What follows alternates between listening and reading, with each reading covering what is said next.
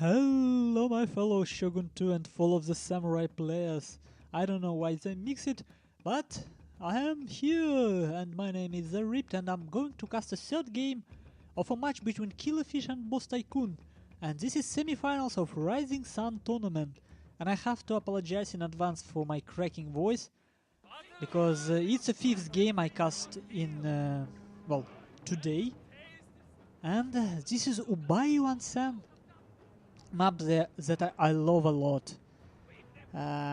Mainly because of this reach in the middle. This map really allows to play you very difficultly. You can rush, you can line spam, you can go cavalry heavy. Whatever you want, if you can actually use it right. But let's take a look at compositions. And BossTycoOon brought something very strange.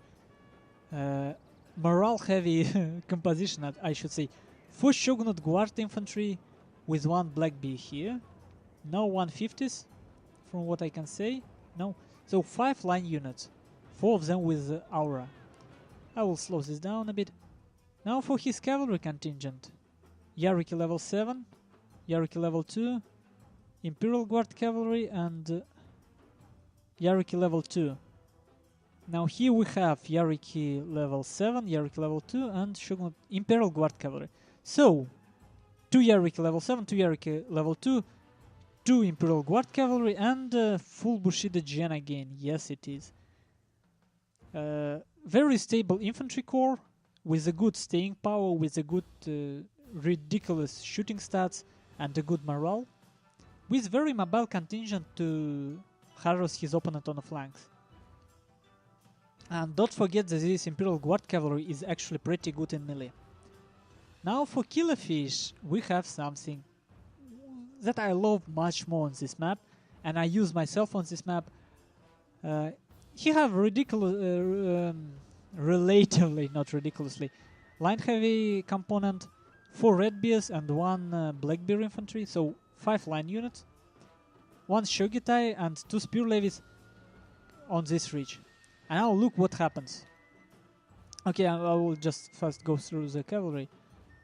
Sabre cavalry level 2, Yariki level 2, Yariki level 7, Imperial Guard cavalry, no 150 range, Yariki level 2, Yariki level 2 and Sabre cavalry level 4. General for, again, some mix between command and gun. And look what happens. Just because Killerfisch brought this Shogitai and 2 spear levy here and deployed them here, BossTycoOon have to choose. Like, he absolutely have to choose. Is he line going to be here or here? He cannot go for the whole map anymore, because this reach would split his forces, and Killerfisch, considering how heavy cavalry how much cavalry he have, he will destroy forces of BossTycoOon one by one. So BossTycoOon, just by not having any melee in the middle and by not having cavalry advantage, instantly gave up map control. Even so, look, he have this harassing cavalry, he have a very strong cavalry, and actually look at this. Huge blunder by BossTycoOon, and I missed it while talking. Worst mistake of cast, not looking while talking.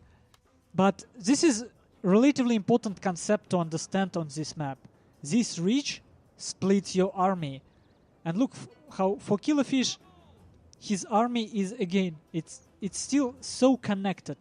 Just because of all the cavalry, just because of how, look how his line position.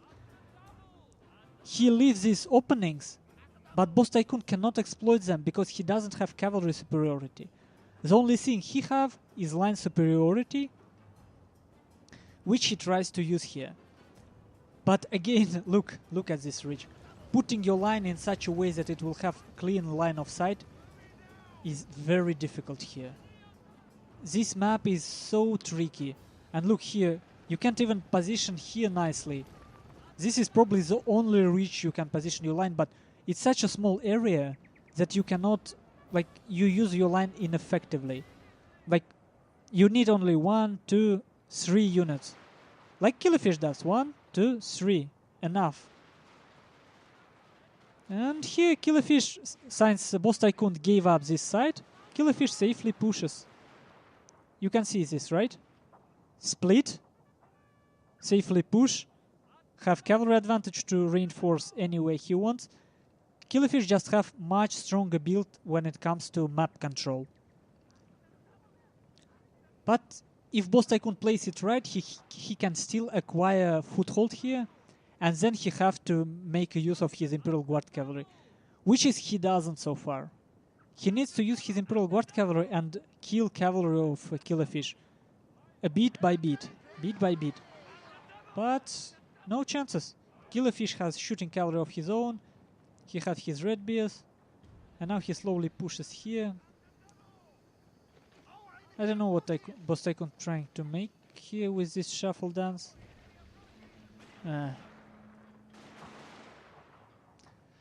I guess by this point he is pretty much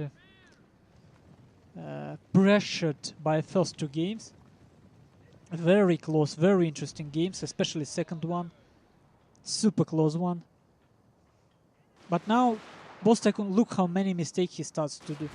He actually might look like a mistake, but he has such a quality advantage that he can give up the first volley. Look, he actually winning this fight. Just because this unit is so much stronger, but it's not an even exchange in any case. And look how just existent by these spear levies makes it very difficult for BossTycoOon. And look how he doesn't have any superiority here. Why would he move in? I just don't understand at this point. What he tries to do here, I can, like, it's beautiful. Moving in here, shooting, but this flank, BossTycoOon will lose his cavalry, and then this Shogun Guard infantry would be overwhelmed. Cavalry fight started in this forest. And again, it's question of positioning your forces in such a way that they can support each other.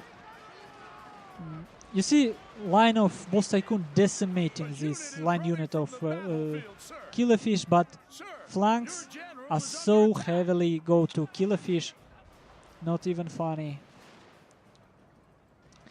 And BossTycoOon, look how his units awkwardly positioned. Can this line help this unit?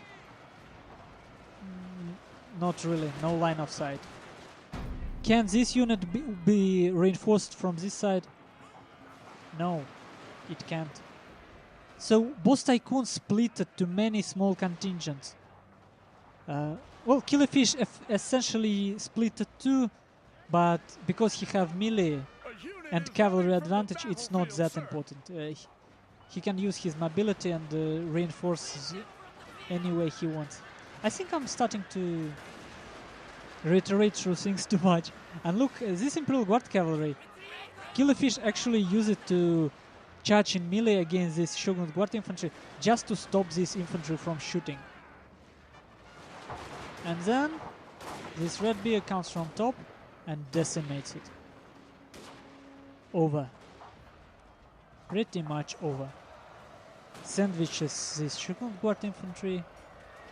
Classical hammer and anvil. Boom. Nothing to say much, and this is the third game in a best of 5 series, so Killerfisch wins 3-0. And I should be honest with you guys, it's the closest 3-0 I ever saw. First game, second game, like when you see 3-0, you think, well, that player probably was destroyed. I don't feel like that. Honestly, this last game is truly what I would call destroyed. Killerfisch have such... Killerfisch's build is so much better in a way that it's worse on this map. And the way Killerfisch used it is just left BossTycoOon in such a disadvantage. I wouldn't say he had no chances, but all these small mistakes he did were kind of forced by the fact that he couldn't imagine, what do I do, what do I do?